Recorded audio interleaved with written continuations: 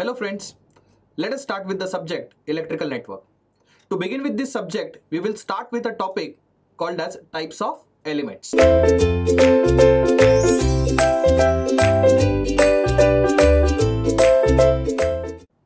Type of elements. What is exactly meant by types of elements? On what basis these electrical components are categorized into different types? Now electrical component means that you see all around you, like resistors, inductors, capacitors, operational amplifiers or normal amplifiers which are made up of FETs, BJTs and all. We need to categorize them depending upon their VI characteristics. What is exactly meant by VI characteristics? VI characteristic means if you apply some voltage across the component, you have to see in what way the current is flowing through it. Meaning that you have to see the relationship between the voltage and a current which is passing through the element. And depending upon that, you will categorize them in these types which I am listing now. The first type that you can see on your screen is active element and passive element. Active elements are those electrical elements which resist the energy level of the signal which is passing through it. Whereas, of course, passive elements will be those elements which will be exactly opposite to it. Meaning, it is not going to raise the energy level of the signal which is passing through it. But of course, even though it is not contributing in the energy level, it is going to store the energy or it may dissipate some energy. For example, resistors, inductors and capacitor can be considered as passive elements because those elements doesn't raise the energy level of the signal. Have you ever seen any element which is raising the energy level of the given signal? Yes, of course, it is amplifiers. Amplifiers are going to amplify the signal, meaning that it is going to raise the energy level of the given signal which is passing through it, and therefore they can be considered as active elements. The second type that you can see on your screen, it is linear and non-linear. Linear elements are those elements which gives you a linear relationship between voltage and a current which is passing through it. Please understand, linear characteristics are only those characteristics which is having a straight line passing through the origin. So, whenever you see a characteristic other than a straight line, it is 100% a non-linear one. The third type that you can see on your screen is bilateral and unilateral devices.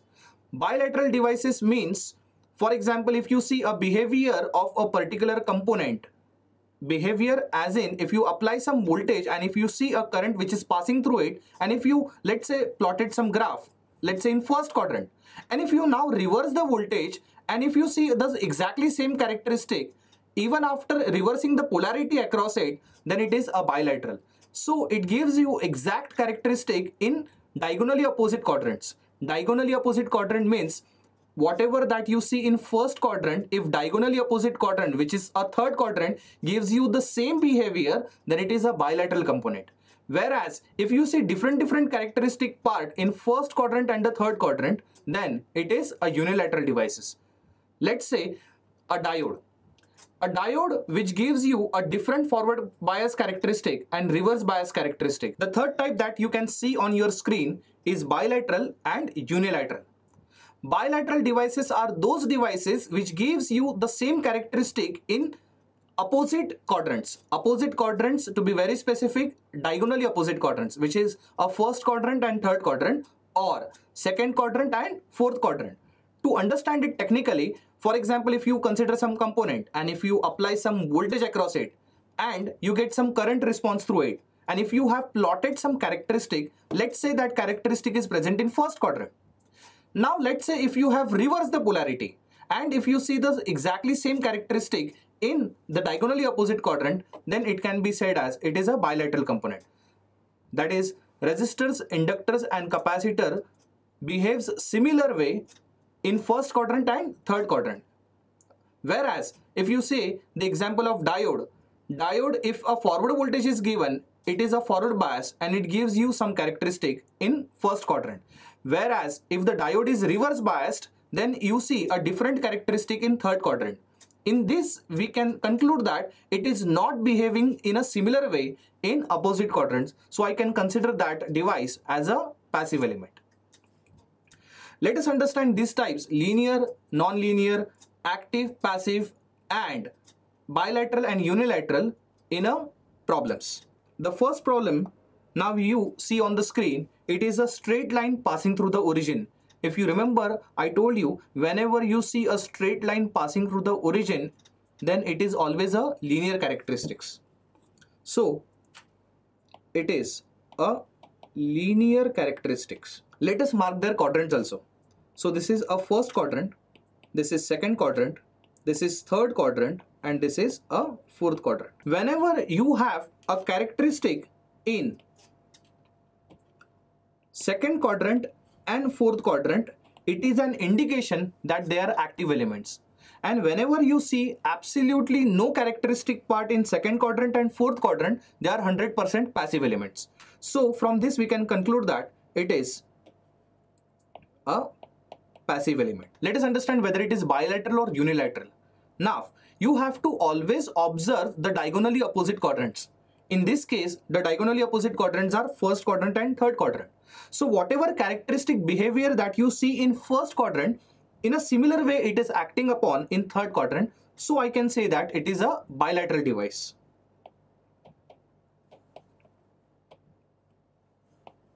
So from problem 1, we can conclude that the given characteristic belongs to linear, passive and bilateral category. Let us start with a second problem.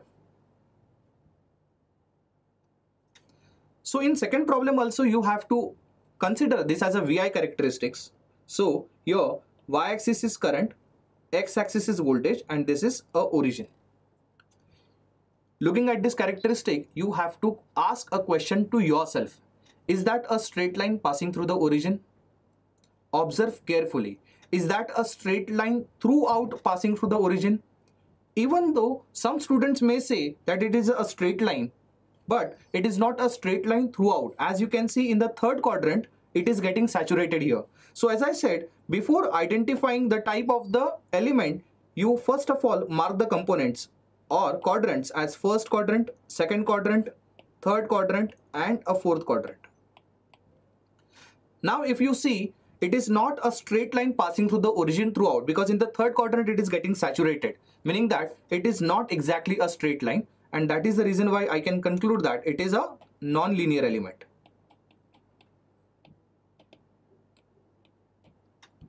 Now, is there any characteristic lying in second quadrant or fourth quadrant?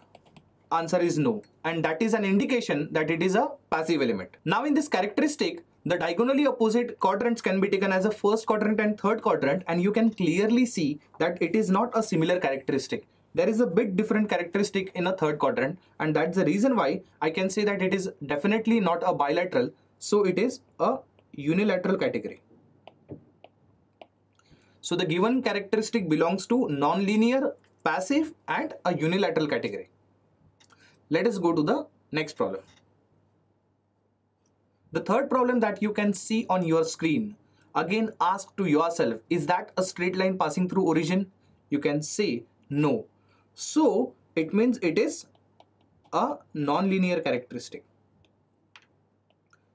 Let us mark their quadrants as first quadrant, second quadrant, third quadrant and a fourth quadrant. As you can see, in our second quadrant and fourth quadrant, there is absolutely no characteristic part. It means it is an indication that it belongs to a passive category. So the second conclusion, that it is a passive element. Next, to identify whether it is a bilateral or unilateral, as I said earlier, that you have to see a diagonally opposite curves. So diagonally opposite first and third, if you observe it in a first look, you may feel that it is a similar characteristic. But if you observe it carefully, in first quadrant, this characteristic is getting saturated after 3 volt. Whereas in the third quadrant, as you can see, the characteristic is getting saturated after -5 volt. It is a clear indication that in first quadrant and third quadrant, the characteristic, even though it is similar, it is not same. Meaning that it is not behaving in a similar way in first quadrant and third quadrant. So we can now conclude that it is not a bilateral, meaning that it is a unilateral device. So third category, that it belongs to a unilateral device.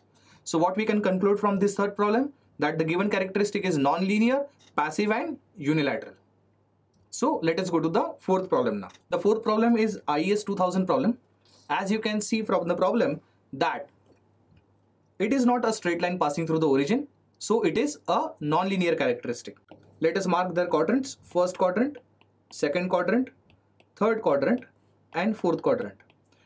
As I said in the earlier problem, you have to always observe and keep an eye on second quadrant and fourth quadrant. Have you seen some characteristic in second quadrant and fourth quadrant? Yes, the characteristic is falling in second quadrant and fourth quadrant. It is a clear indication that it is an active element. So the second conclusion is to say this characteristic belongs to an active component.